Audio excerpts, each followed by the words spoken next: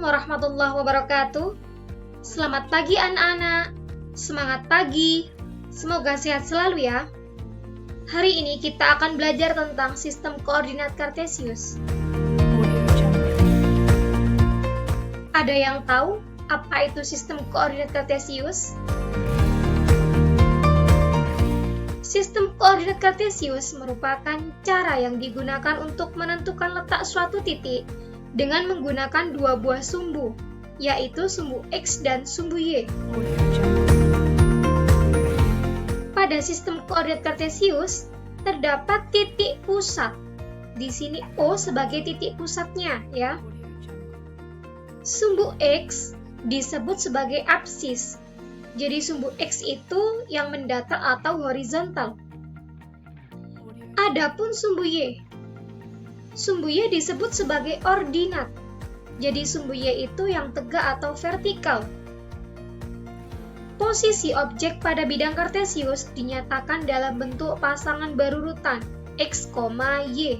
Hati-hati tertukar X, Y. Contoh, di sini saya punya titik A 3,2. Maka koordinat titik X-nya sama dengan 3 dan koordinat titik Y-nya sama dengan 2.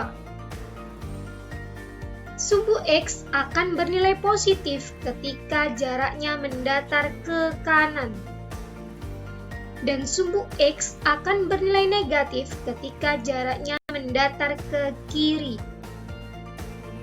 Adapun sumbu Y akan bernilai positif ketika jaraknya tegak ke atas, dan sumbu Y akan bernilai negatif ketika jaraknya tegak ke bawah. Faham ya? Audio Jungle. Dalam kehidupan sehari-hari, kita bisa menggunakan sistem koordinat Kartesius untuk menentukan letak suatu tempat atau lokasi suatu tempat. Misalnya pasar, sekolah, pemakaman, supermarket, dan lain sebagainya. Sebagai contoh, perhatikan gambar berikut ini. Kalian disuruh menentukan di manakah letak pos 1. Nah, ini posisi pos 1. Kita hitung dari sumbu X terlebih dahulu. Ingat ya, dimulai dari titik pusat. 1, 2. Ternyata sumbu X-nya 2 satuan ke kanan. Kalau dia bergerak 2 satuan ke kanan, maka bernilai positif. Selanjutnya kita hitung sumbu Y-nya. 1, 2, 3, 4, 5. 5 satuan ke atas. Karena dia bergerak 5 satuan ke atas, maka sumbu Y-nya bernilai positif. Sehingga koordinat X, Y-nya bisa saya tuliskan 2,5. Faham ya? Kemudian coba kita tentukan koordinat titik kolam. Nah, ini posisi kolam di sini. Kita tentukan yuk. Kita tentukan dari sumbu X-nya terlebih dahulu. 1, 2, 3. 3 satuan ke kiri. Karena dia bergerak 3 satuan ke kiri, maka nilai X-nya dia negatif. Kemudian kita hitung sumbu Y-nya. 1, 2, 3. 3 satuan ke bawah. Karena dia 3 satuan ke bawah, maka nilai Y-nya juga negatif. Dengan demikian, koordinat X, Y bisa kita tuliskan negatif 3, negatif 3. Di mana negatif 3 ini merupakan nilai absisnya atau nilai X-nya. Dan negatif 3 ini merupakan nilai ordinatnya atau koordinat titik Y-nya. Bisa dipahami ya? Kartesius terbagi menjadi 4 kuadran Ada kuadran 1, kuadran 2, kuadran 3, dan kuadran 4. Pada kuadran 1, koordinat X-nya akan selalu bernilai positif. Dan koordinat titik Y-nya, dia juga selalu akan bernilai positif. Pada kuadran 2, koordinat titik X-nya selalu bernilai negatif. Dan koordinat titik Y-nya selalu bernilai positif. Pada kuadran 3, koordinat titik X-nya selalu bernilai negatif, dan koordinat titik Y-nya selalu bernilai negatif. Pada kuadran 4, koordinat titik X-nya selalu bernilai positif, dan koordinat titik Y-nya selalu bernilai negatif. Bisa dipahami ya? Titik tengah ruas garis. Jadi di sini saya punya titik P, di mana koordinat titik P-nya di sini x1, y1, dan koordinat titik Q di sini x2, y2. Jadi titik P dan Q ini saya hubungkan sehingga membentuk sebuah ruas garis PQ. Di sini juga terdapat titik M yang merupakan titik tengah dari ruas garis PQ dengan koordinatnya xm, ym. Untuk menentukan koordinat titik M terhadap koordinat titik P dan Q, kita bisa menggunakan rumus xm-nya x1 plus x2 dibagi 2. Untuk mencari ym, x1 plus y1 plus y2 dibagi 2. Langsung masuk ke contoh soal. Perhatikan gambar berikut. Jika C adalah titik tengah ruas garis AB, maka tentukan koordinat titik C. Untuk memudahkan kita menjawab suatu soal, terlebih dahulu kita tulis apa yang diketahui ya.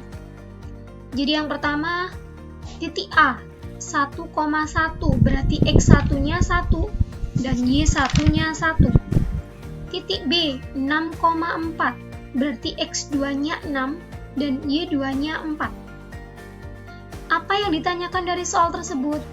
Koordinat titik C atau titik tengah dari ruas garis AB.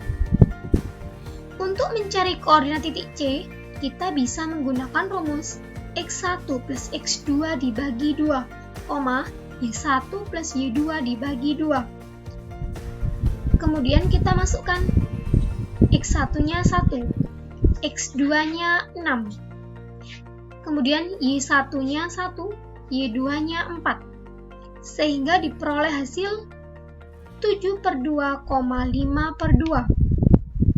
Nah, kalian ketika menjawab seperti ini sudah benar ya. Tapi kalau mau lebih sederhana, kalian bisa mengubah bentuk pecahan ini ke dalam bentuk desimalnya. Jadi 7/2 kalau kita ubah ke dalam desimalnya menjadi 3,5. Dan 5/2 kalau kita ubah menjadi pecahan desimalnya menjadi 2,5. Sehingga koordinat titik C-nya adalah 3,5, 2,5. Bisa dipahami ya?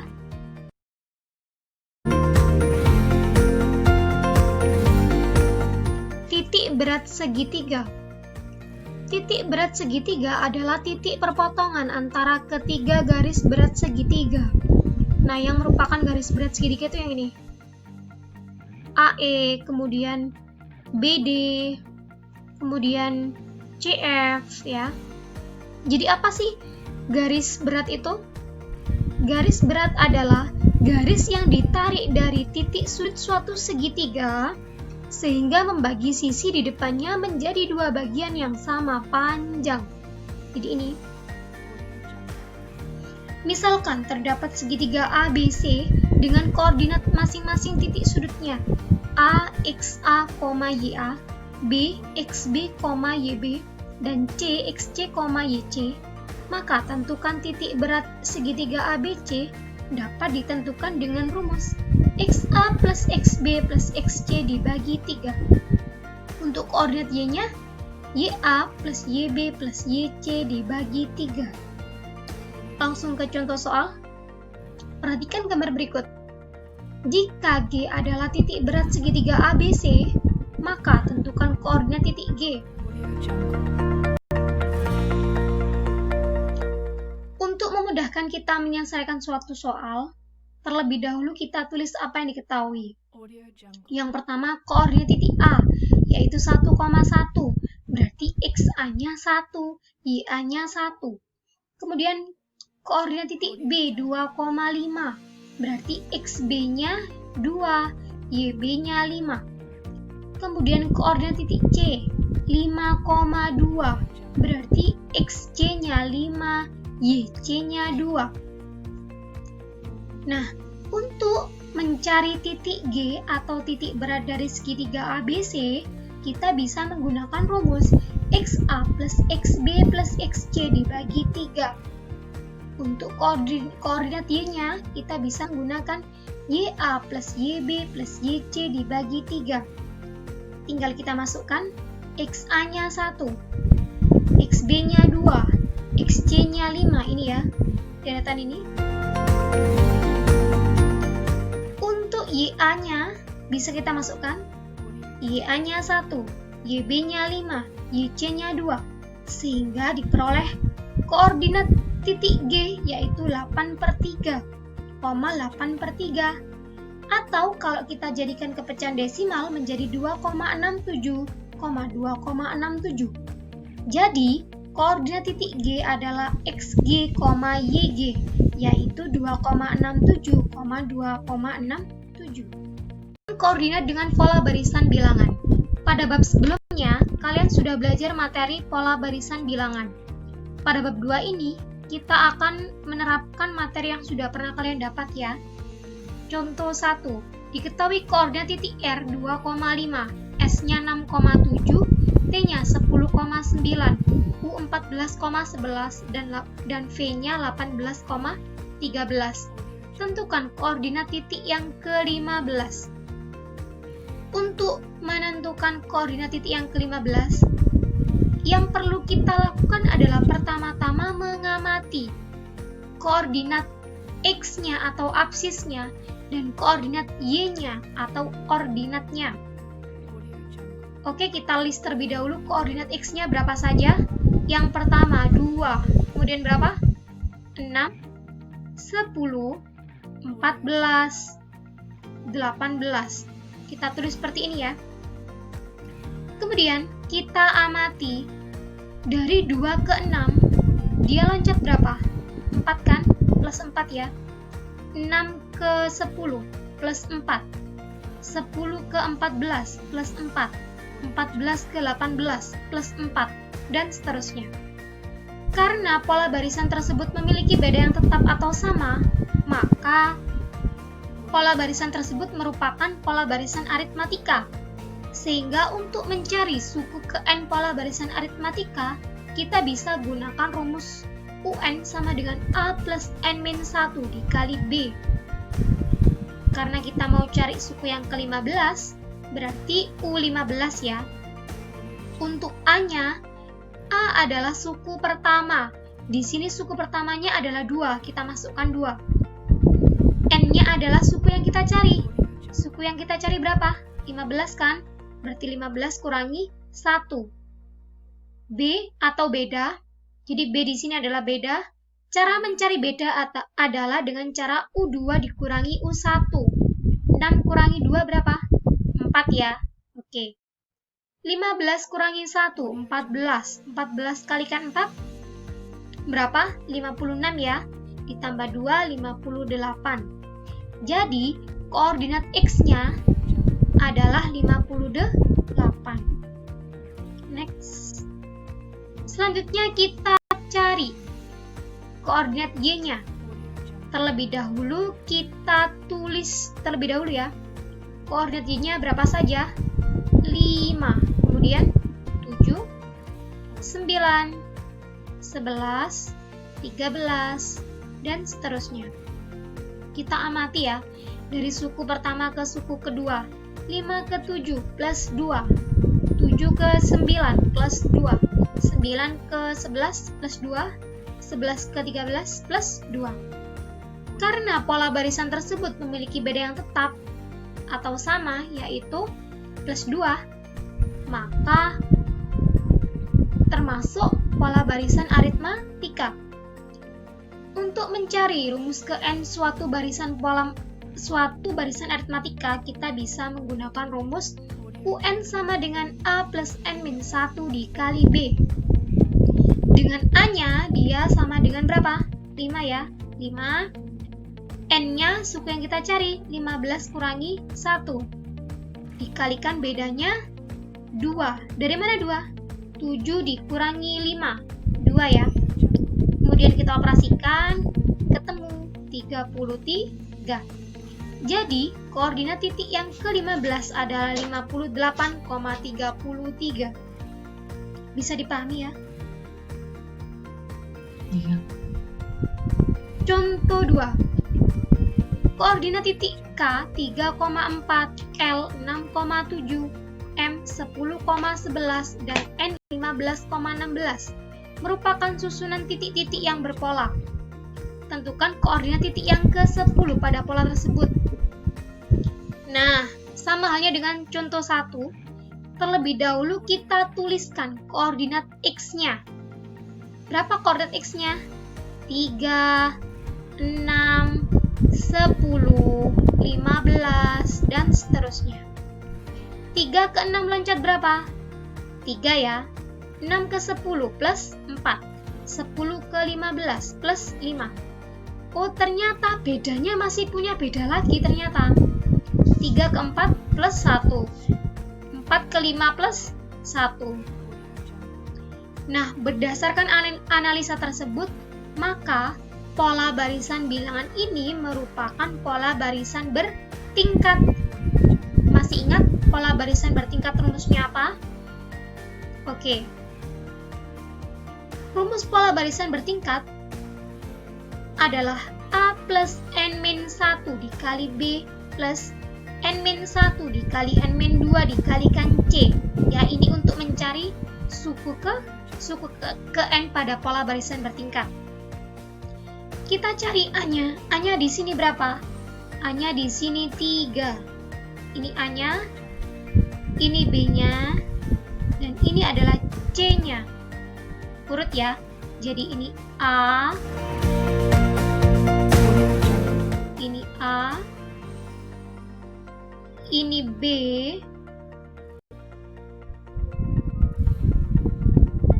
dan ini adalah C. Oke. Kita masukkan ke rumusnya. A-nya 3. N adalah suku yang kita cari. Karena kita mau mencari titik yang ke-10, berarti N-nya 10. 10 dikurangi 1. B-nya adalah 3. Ya, kita masukkan seperti ini. Sehingga kita peroleh hasil U10 sama dengan 66. Ingat, ini masih titik koordinat titik yang X-nya ya. Jadi, kita lakukan hal yang sama seperti mencari X-nya pada koordinat Y. Untuk mencari koordinat Y, hal yang pertama kita lakukan adalah mendaftar koordinat Y-nya berapa saja. Yang pertama berapa? 4, 7, 11, 16, dan seterusnya. 4 ke 7 ternyata lompat 3 atau plus 3. 7 ke 11 plus 4, 11 ke 16 plus 5, dan seterusnya ya. Ternyata bedanya masih ada beda lagi. 3 ke 4 plus 1, 4 plus 5 plus 1. Nah, berdasarkan analisis ini berarti pola barisannya dia termasuk pola barisan bertingkat. Dengan A-nya sama dengan 4, B-nya sama dengan 3, dan C-nya sama dengan 1.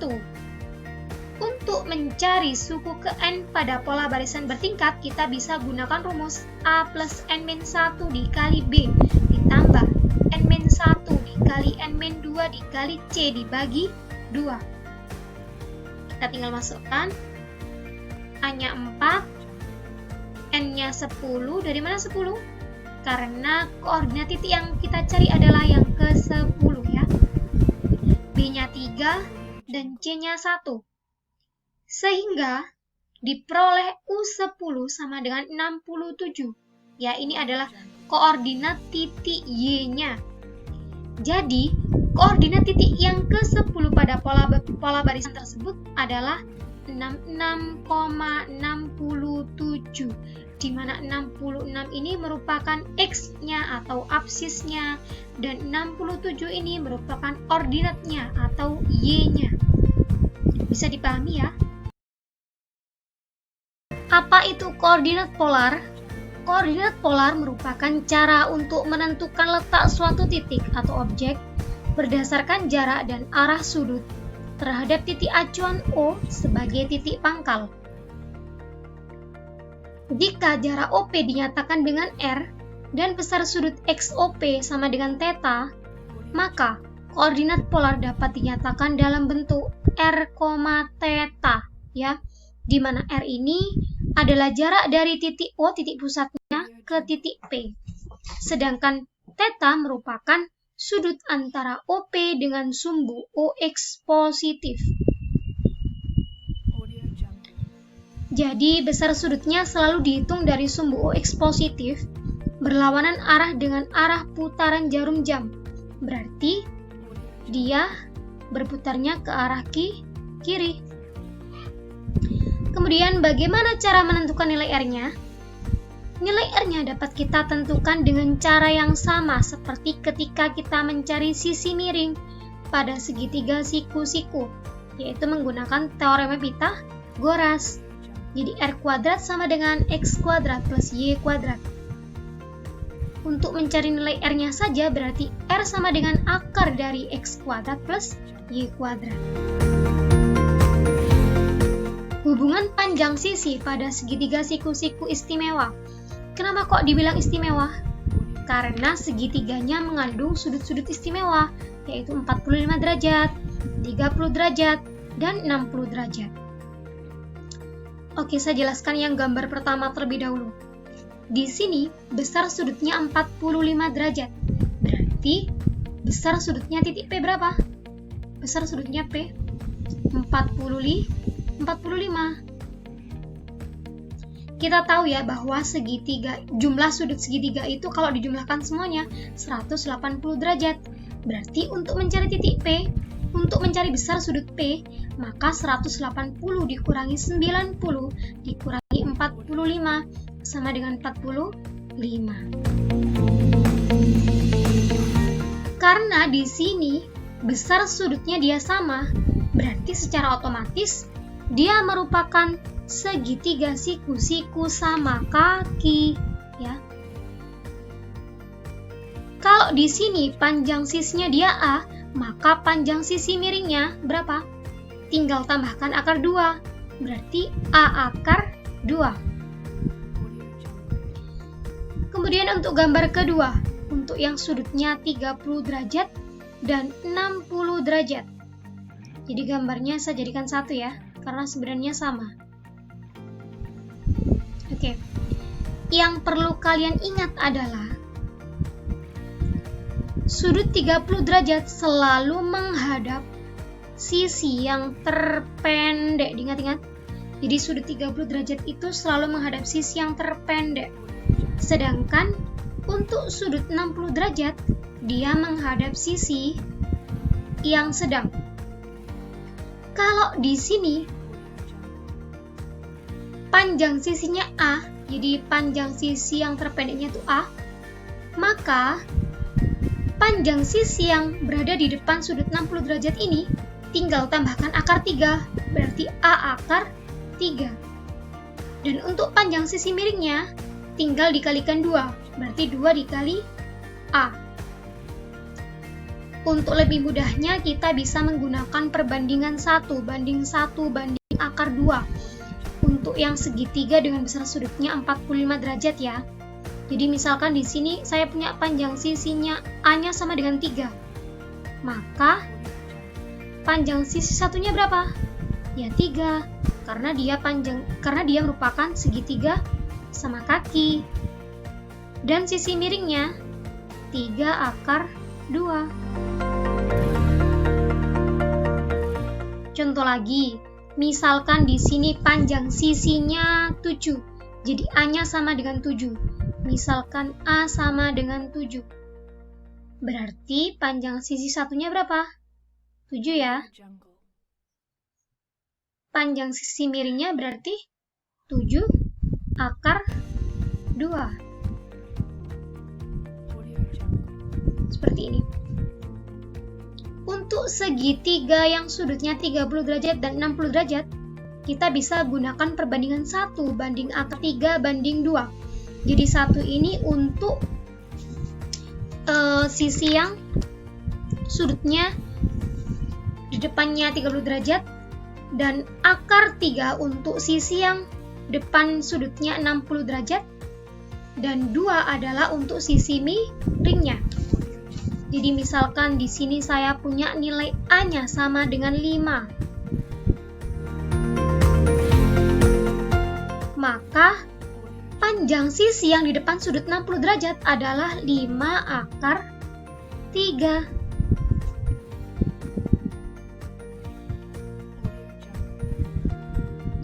Sedangkan untuk panjang sisi miringnya, kita tinggal kalikan 2, berarti 5 dikali 2 berapa? 10. Contoh lagi, misalkan panjang sisi A-nya 6. Berarti panjang sisi yang berada di depan sudut 60 derajat 6/3.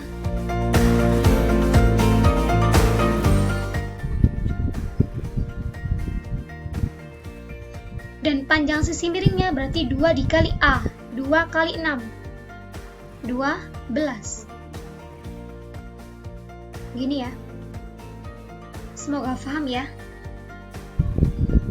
Oke, contoh soal. Tentukan koordinat titik polar P dan Q. Masih ingat ya? Jadi titik polar itu dinyatakan dalam bentuk R, theta. R-nya di sini berapa? 7. Tetanya? Jadi tetanya dihitung dari sumbu UX positif. Berapa dia? 48. Ini masih mudah ya. Contoh lagi. Di sini kalian disuruh menentukan berapakah titik polar Q, ya. Kita tulis dulu R-nya. R-nya diketahui 6. Untuk tetanya, ingat, theta dihitung dari sumbu UX positif. Berarti dia sudutnya ke sini. Nah, sampai sini ya sudutnya ya. Ini tetanya. Dia dihitung dari sumbu UX positif, jadi berputar dari sini ke arah kiri. Maka besar tetanya, karena ini dia saling berpelurus ya, berarti 180. Dikurangi berapa? 48. Berapa hasilnya? 132. Paham ya? Selanjutnya kita akan mengubah koordinat kartesius ke bentuk koordinat polar ya. Jadi di sini saya punya titik R negatif 7,7. Titik R ini terletak pada kuadran 2, sehingga sumbu X-nya dia bernilai negatif dan sumbu Y-nya dia bernilai positif. Sumbu X-nya dia 7 satuan ke kiri dan 7 satuan ke kanan. Nah, dari sini tampak kalau segitiga siku-sikunya merupakan siku-siku sama kaki. Sehingga besar sudutnya di sini berapa? 45 derajat. Ya. Masih ingat berapakah perbandingan sisinya? 1 banding 1 banding akar 2. Kalau di sini panjang sisinya 7, Berarti di sini juga panjang sisinya 7. Dan sisi miringnya tinggal tambahkan akar 2. Berarti 7 akar 2. Seperti ini ya. Jadi di sini R-nya sama dengan 7 akar 2. Nah, di sini saya tulis 7 akar 2. Kemudian untuk mencari besar sudut tetanya, ingat, jadi besar sudut teta dihitung dari sumbu OX positif. Jadi nanti dia muternya seperti ini. Seret sampai sini. Nah, untuk mencari besar teta berarti 180 dikurangi 45. Berapa? 135. Selanjutnya, di sini saya punya titik S. Titik S dengan koordinatnya 6,6 akar 3. Jadi titik S ini terletak pada kuadran 1, sehingga sumbu X dan sumbu Y-nya bernilai positif ya. Jadi sumbu X-nya 6 satuan ke kanan, dan sumbu Y-nya 6 akar 3 ke arah atas ya. Oke, seperti ini. Masih ingat segitiga dengan sudut istimewa 30 derajat dan 60 derajat? Oke. Sudut 30 derajat selalu menghadap sisi yang terpendek. Jadi karena di sini ada 6 akar 3 dan 6, yang terpendek yang mana? Yang 6 dong ya. Berarti di sini sudutnya 30 derajat. Sedangkan yang ada akar 3-nya berarti di sini sudutnya berapa? 60. Nah, sekarang perbandingan sisi-sisinya. Masih ingat berapakah perbandingannya? 1 banding berapa? Akar 3 banding 2 ya. Oke. Kalau di sini sisi panjang sisi terpendeknya 6 ya. Dan panjang sisi yang sedang 6 akar 3. Nah, berarti untuk mencari R-nya berarti 2 kalinya sisi terpendeknya berapa? 2 dikali 6, 12. Berarti di sini R-nya ketemu 12. Saya tulis di sini 12. Oke, gitu ya. Sedangkan untuk besar sudut tetanya kita hitung dari sumbu OX positif ya. Jadi dari sini ke sini berapa? 60 derajat.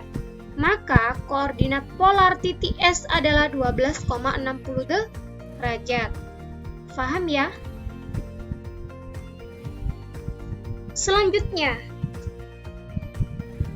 kita akan mengubah koordinat polar ke bentuk koordinat kartesius ya. Jadi yang perlu pertama kali kita lakukan adalah mengamati sudutnya. Jadi ingat, sudutnya dihitung dari sumbu OX positif ya. Di sini besar sudutnya adalah 45 derajat. Sedangkan panjang R-nya atau sisi miringnya 14. Kalau sudutnya 45, berarti segitiganya merupakan segitiga apa? Segitiga siku-siku sama kaki, benar sekali. Berarti berapakah perbandingannya? 1 banding 1 banding akar 2. Nah, kalau di sini diketahui R-nya 14 ya. Diketahui R-nya 14. Maka berapakah panjang A-nya atau panjang sisinya? Jadi panjang sisinya bisa kita cari dengan A sama dengan 14 dibagi akar 2. Jadi cara cepatnya 14 dibagi 2 berapa? 7 ya. 7 tambahkan akar 2. Berarti di sini sumbu Y-nya berarti dia 7 akar 2. Dan sumbu X-nya di sini juga sama. 7 akar 2. Jadi kita peroleh koordinat kartesiusnya 7 akar 2, 7 akar 2 gitu ya. Kemudian diketahui titik U 10,330. Di sini sudutnya 330 derajat. Jadi ingat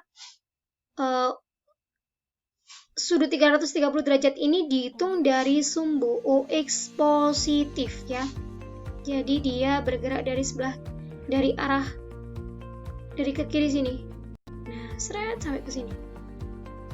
Kalau dia muter ini sampai ke sini 330, maka berapakah besar sudut sisanya sini? Kalau satu kali putaran penuh kan 360. Berarti 360 derajat kurangi 330 berapa? 30 derajat. Ya. Nah, seperti ini ya. Oke. Sedangkan di sini R-nya dia berapa? 10. Kita ingat-ingat lagi ya perbandingan untuk segitiga dengan sudut istimewa 30 derajat. Gimana perbandingannya? 1 banding akar 3 banding 2. Jangan sampai lupa ini ya. Jadi di sini R-nya sudah diketahui 10. Kalau R-nya 10 berarti panjang sisinya berapa? Setengahnya 10 berarti 5. Berarti di sini pasti 5 akar 3.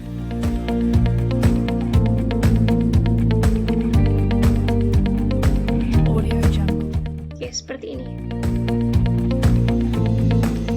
Sekarang kita tentukan letak posisinya ya. Jadi ingat, sudut 30 derajat. Jadi di depan sudut 30 derajat ini pasti dia sisi yang terpendek. Yang terpendek berapa di sini? 5 ya, berarti di sini 5. Dan di depan sudut 60 derajat berarti 5 akar 3.